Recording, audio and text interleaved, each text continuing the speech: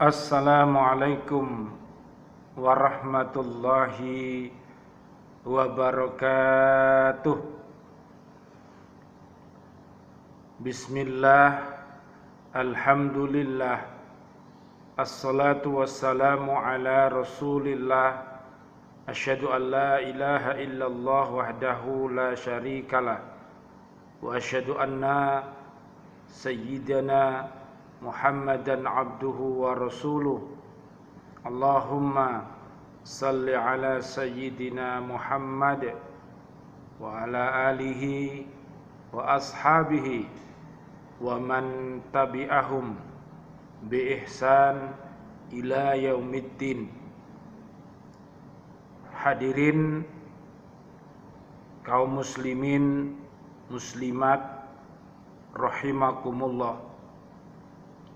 Alhamdulillah, biaunillah, dengan pertolongannya Allah, biidnillah, dengan izinnya Allah, biridhoillah, dengan ridhonya Allah, kita pada kesempatan kali ini bisa hadir kembali untuk beristiqomah di dalam membaca Al-Quranul Karim, untuk berhaqqa tilawatih, sebagaimana yang ada di dalam surat kedua Al-Baqarah ayat 121.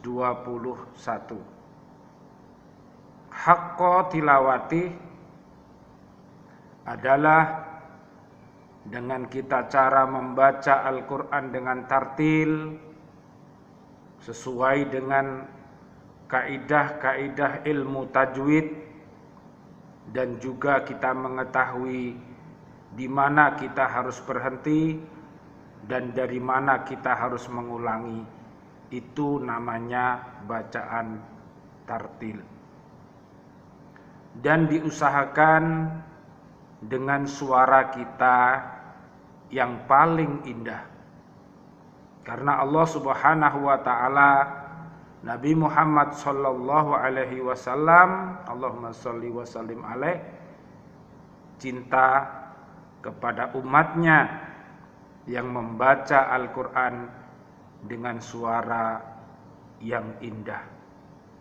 Karena suara yang indah itu bisa menimbulkan getaran-getaran magnet cinta yang menyebabkan orang itu wajilat qulubuhum, yaitu bergetar hatinya, sehingga dia akan mencintai Al-Quran. Setelah mendengarkan Al-Quran dibaca, dia penasaran ingin mengetahui makna yang terkandung di dalam kitab suci Al-Quran itu.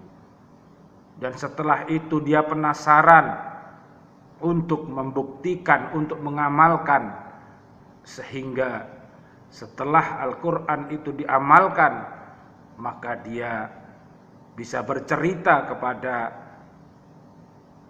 keluarga besarnya, kepada sahabat-sahabatnya, kepada umat ini, agar dia membaca Al-Quran, memahami Al-Quran dan mengamalkannya. Tentu kedamaian, ketenangan batin, ketenangan diri kita, ketenangan pikiran kita, pasti dan pasti orang yang membaca Al-Quran dan memahami maknanya serta mengamalkan dalam kehidupan sehari-hari, maka dia akan diberikan sakinah, mawaddah, warahmah.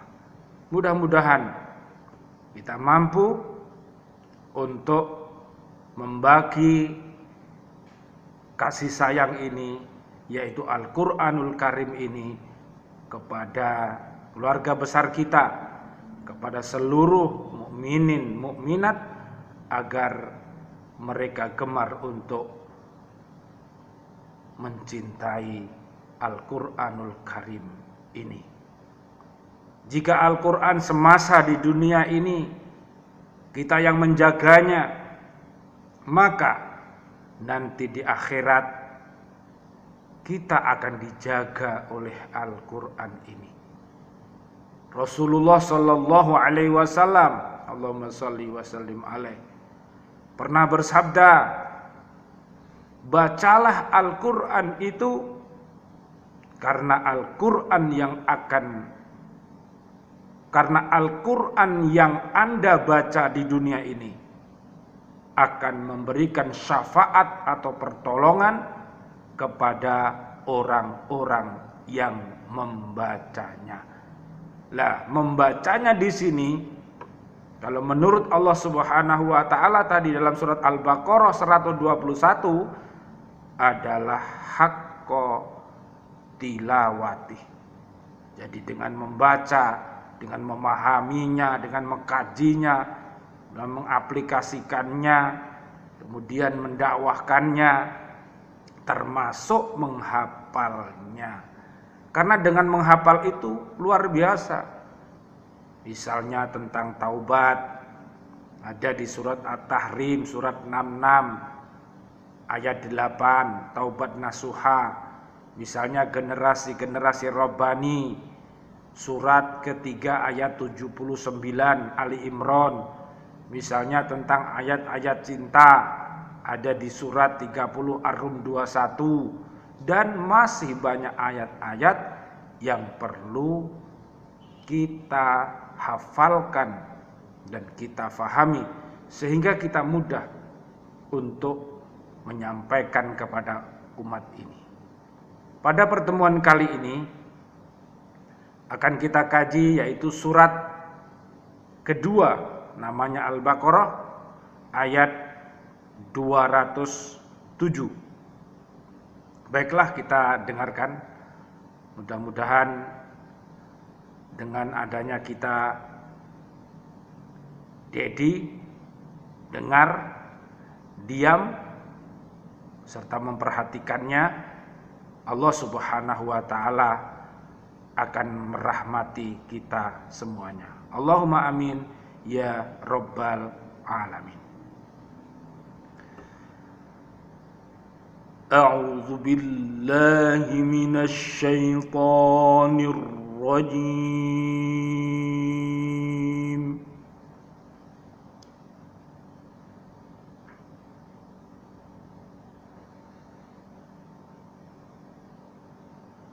Bismillahirrahmanirrahim.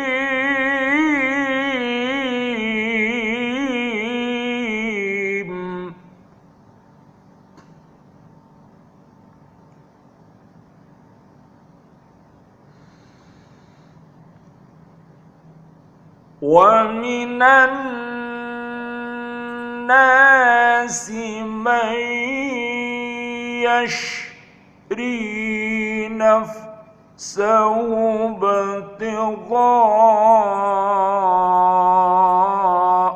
mardatillah.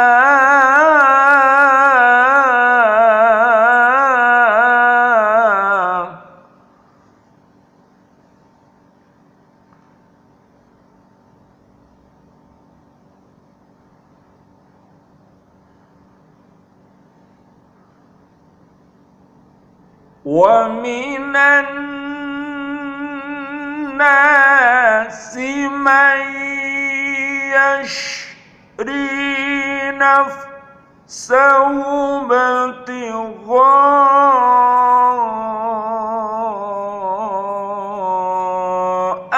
mardatillah.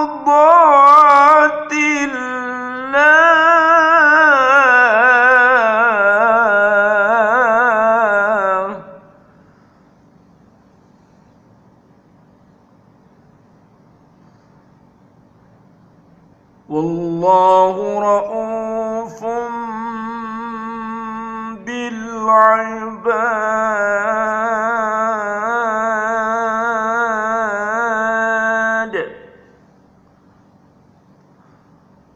Wallahu ra'ufum bil ibad.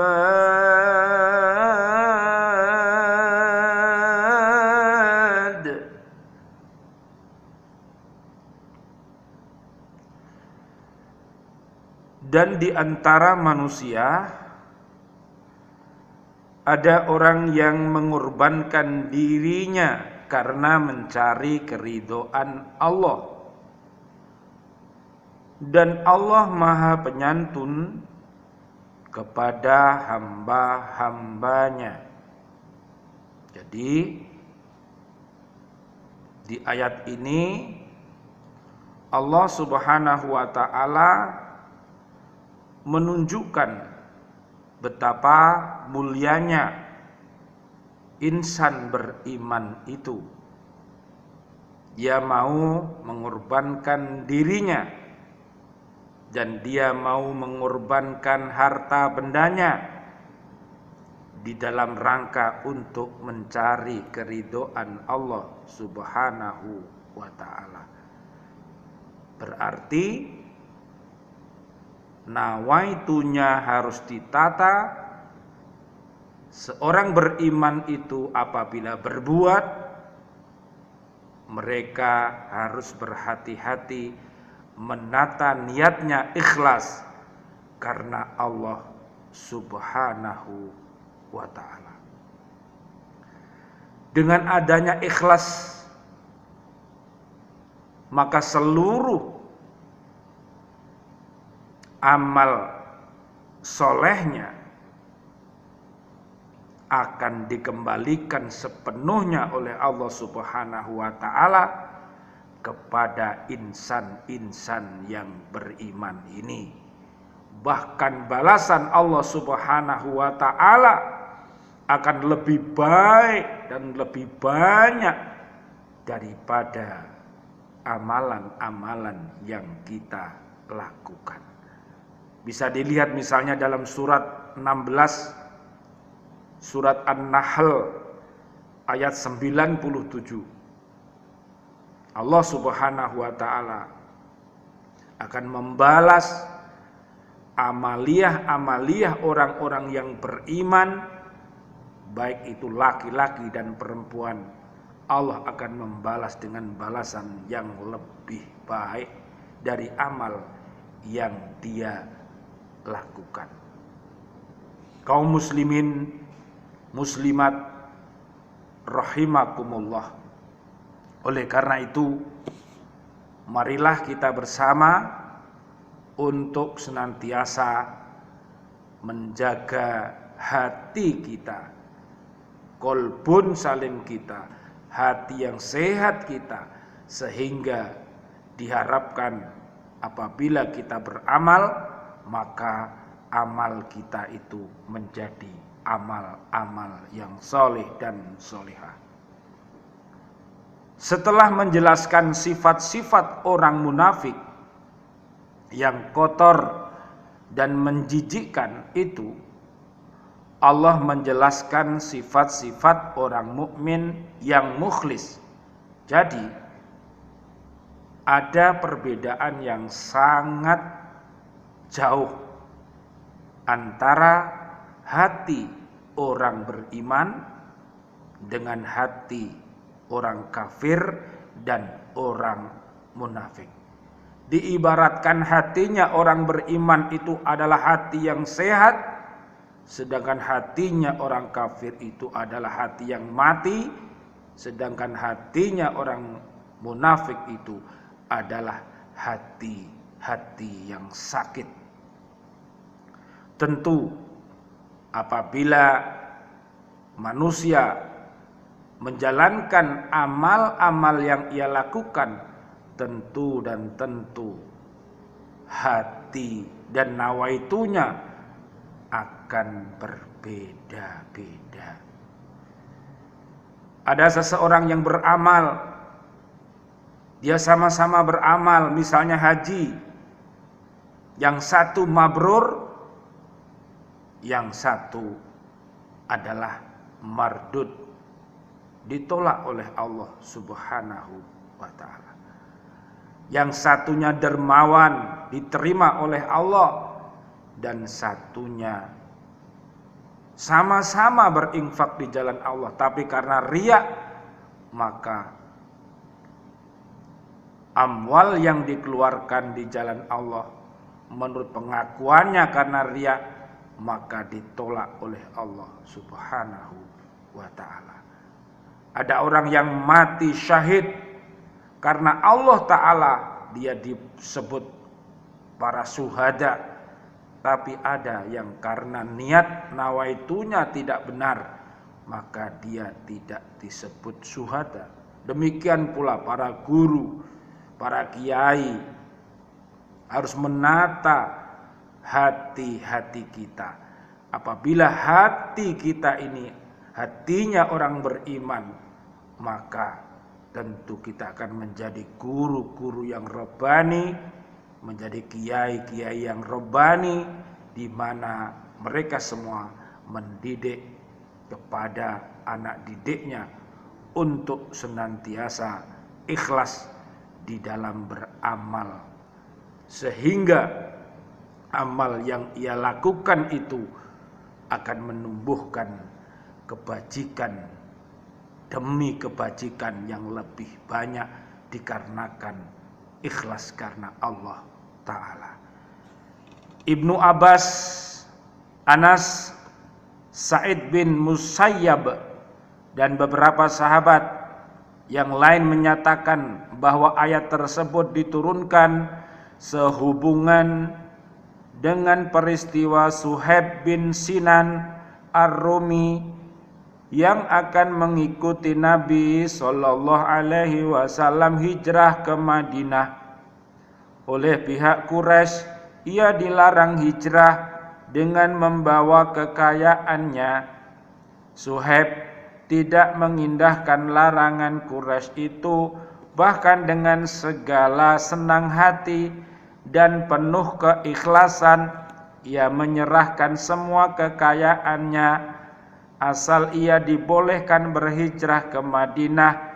Maka turunlah ayat tersebut. Nah, betapa indahnya hatinya Suhaib.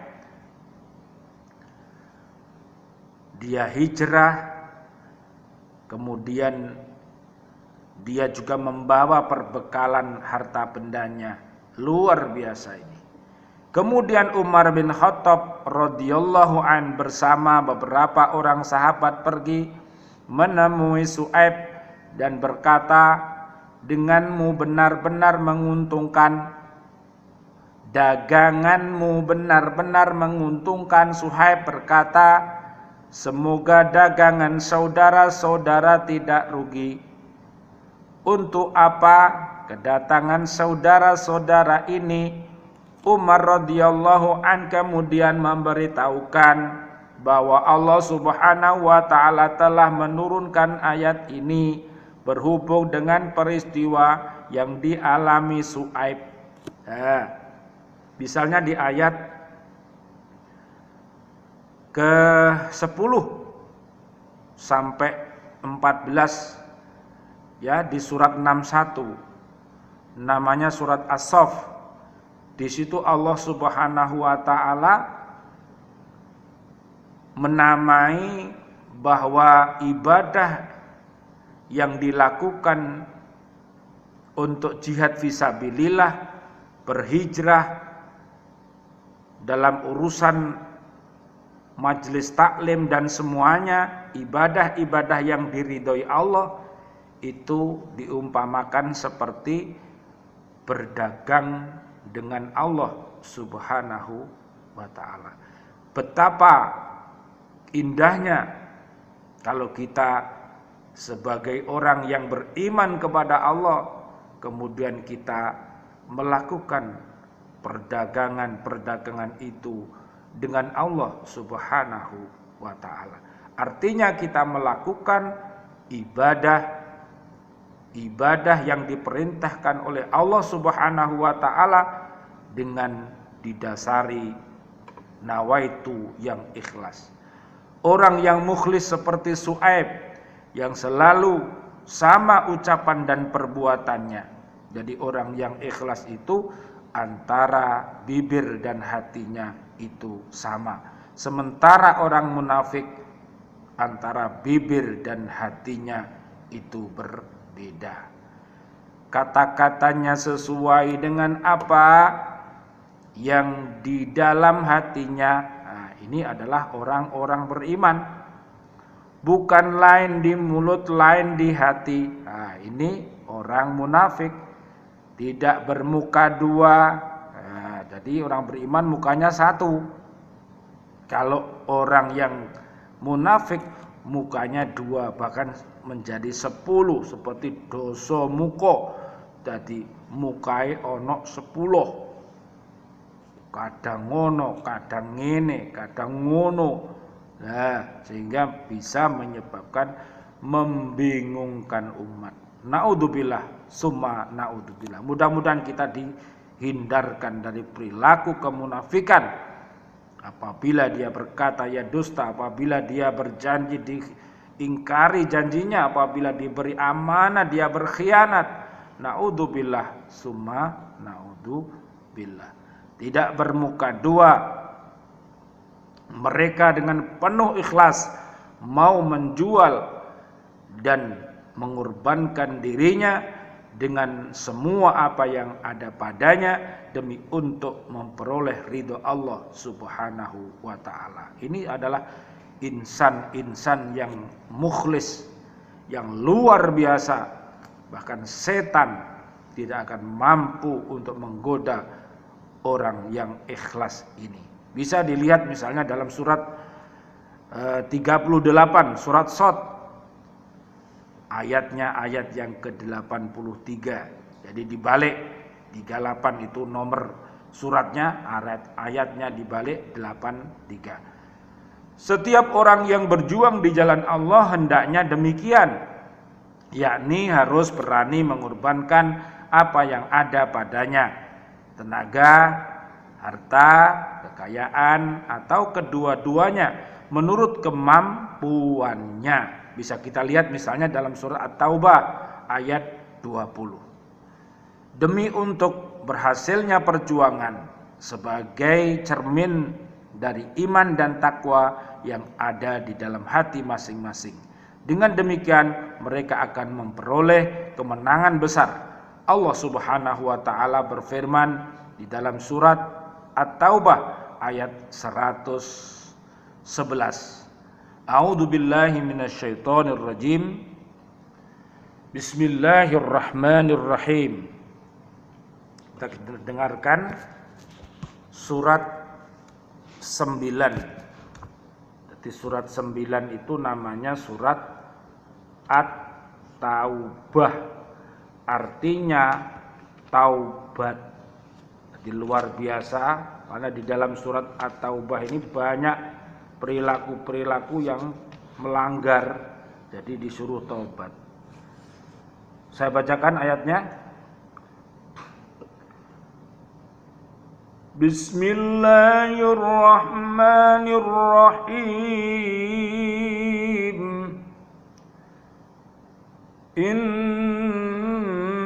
Innallaha ashtara minal mu'minina anfusahum wa amwalahum bi anna lahumul jannah yuqatiluna fi sabilillahi fayaqtuluna wa yuqtaluna wa'dan 'alaihi haqqan wa'dan 'alaihi haqqan fit tawrati wal injili wal qur'an wa man awfa bi'ahdihi minallahi fastabshiru bibay'ikumul ladzi bay'tum وَذَلِكَ هُوَ الْفَوْزُ الْعَظِيمُ. Yang artinya sungguhnya Allah membeli dari orang-orang mukmin baik diri maupun harta mereka dengan memberikan surga untuk mereka. Mereka berperang di jalan Allah sehingga mereka membunuh atau dia terbunuh sebagai janji yang benar dari Allah Subhanahu wa taala di dalam Taurat, Injil dan Al-Qur'an. Dan siapakah yang lebih menepati janjinya selain Allah, maka bergembiralah dengan jual beli yang telah kamu lakukan itu, dan demikian itulah kemenangan yang agung. Betapa perbuatan orang-orang beriman itu luar biasa. Jadi dia sejak dari bangun tidur sampai tidur kembali, apa yang ia lakukan, makan, minum, tidur, dan lain-lain semuanya. Orang yang beriman kepada Allah itu semuanya akan diberi pahala oleh Allah Subhanahu wa ta'ala. Oleh karena itu, janganlah kita kecil hati, besarkan hati kita kalau kita sudah beriman dan bertakwa kepada Allah Subhanahu wa ta'ala. Sedihlah kita bila hati kita mati, sedihlah bila hati kita sakit. Maka supaya hati kita yang mati bisa hidup kembali, maka di surat Al-Baqarah 208 lanjutannya ini kita akan udkhulu fis-silmi kafah, maka hati-hati yang mati itu akan dihidupkan oleh Allah Subhanahu wa ta'ala apabila kita mau untuk membaca asyhadu alla ilaha illallah wa asyhadu anna Muhammadar Rasulullah.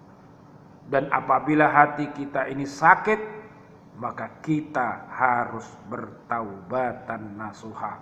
Kita lihat di surat 66 At-Tahrim ayat 8. Mudah-mudahan Allah Subhanahu wa ta'ala selalu membimbing diri kita, keluarga besar kita, dan muslimin muslimat, mukminin mukminat menjadi pribadi-pribadi yang ikhlas karena Allah Subhanahu wa ta'ala, seperti yang kita bahas hari ini, surat Al-Baqarah ayat 207. Mudah-mudahan keluarga besar Lembaga Pendidikan Al-Falah, KB, TK, SD, SMP Surabaya, SME Delta Sari di Sidoarjo, Masjid Al-Falah Surabaya, dan YDSF mudah-mudahan senantiasa dilindungi oleh Allah Subhanahu wa ta'ala, para jamaahnya, para pecintanya, para pendirinya. Mudah-mudahan yang beriman dan bertakwa kepada Allah Subhanahu wa ta'ala akan diberikan kekuatan iman dan takwa dan istiqomah senantiasa di jalan Allah Subhanahu wa ta'ala. Mudah-mudahan umat yang masih hatinya sakit, Allah sembuhkan dia, dan yang hatinya masih mati, mudah-mudahan Allah menghidupkannya. Doa bidoa kita dengan saudara-saudara kita sesama makhluknya Allah Subhanahu wa ta'ala, agar kita menjadi pribadi-pribadi yang punya kasih dan sayang, kasih tak pilih kasih, dan kita juga punya sayang sesama orang-orang beriman kepada Allah Subhanahu wa ta'ala. Kita semuanya adalah saudara. Oleh karena itu, sebagaimana doa dalam surat 59 Al-Hasr ayat yang ke-10 misalnya, Rabbana gfir lana dzunubana wa li ikhwanina alladziina sabaquna bil iman wa la taj'al fi qulubina ghillan lil ladzina amanu rabbana innaka raufur rahim. Jadi mohon kepada Allah, Allahumma inna na'udzubika minal ghil. Jadi kita minta sama Allah agar kita tidak punya ghil. Ghil itu adalah mangkel, ya, dengki, hasad, hasud. Apabila melihat orang lain yang mendapatkan nikmat maka kita mangkel, itu namanya ghil, ya. Naudzubillah summa naudzubillah. Apabila ghil itu bercokol di dalam hati kita maka kita tidak akan bisa bersaudara fillah. Oleh karena itu mohonkan kepada Allah Subhanahu wa taala agar hati-hati kita menjadi hati-hati yang qalbun salim. Amin amin ya rabbal alamin. Wal afu minkum. Wassalamu alaikum warahmatullahi wabarakatuh. Ini hari Kamis tanggal 25 bulan Maret 2021 miladiah. Mudah-mudahan kajian kita ini berguna bagi diri kita, keluarga besar kita, dan umat yang ada di dunia ini, umatnya Nabi Muhammad Sallallahu Alaihi Wasallam. Mudah-mudahan menjadi umat yang terbaik. Semoga selamat dunia akhirat. Amin ya rabbal alamin. Wal afu minkum. Assalamualaikum warahmatullahi wabarakatuh.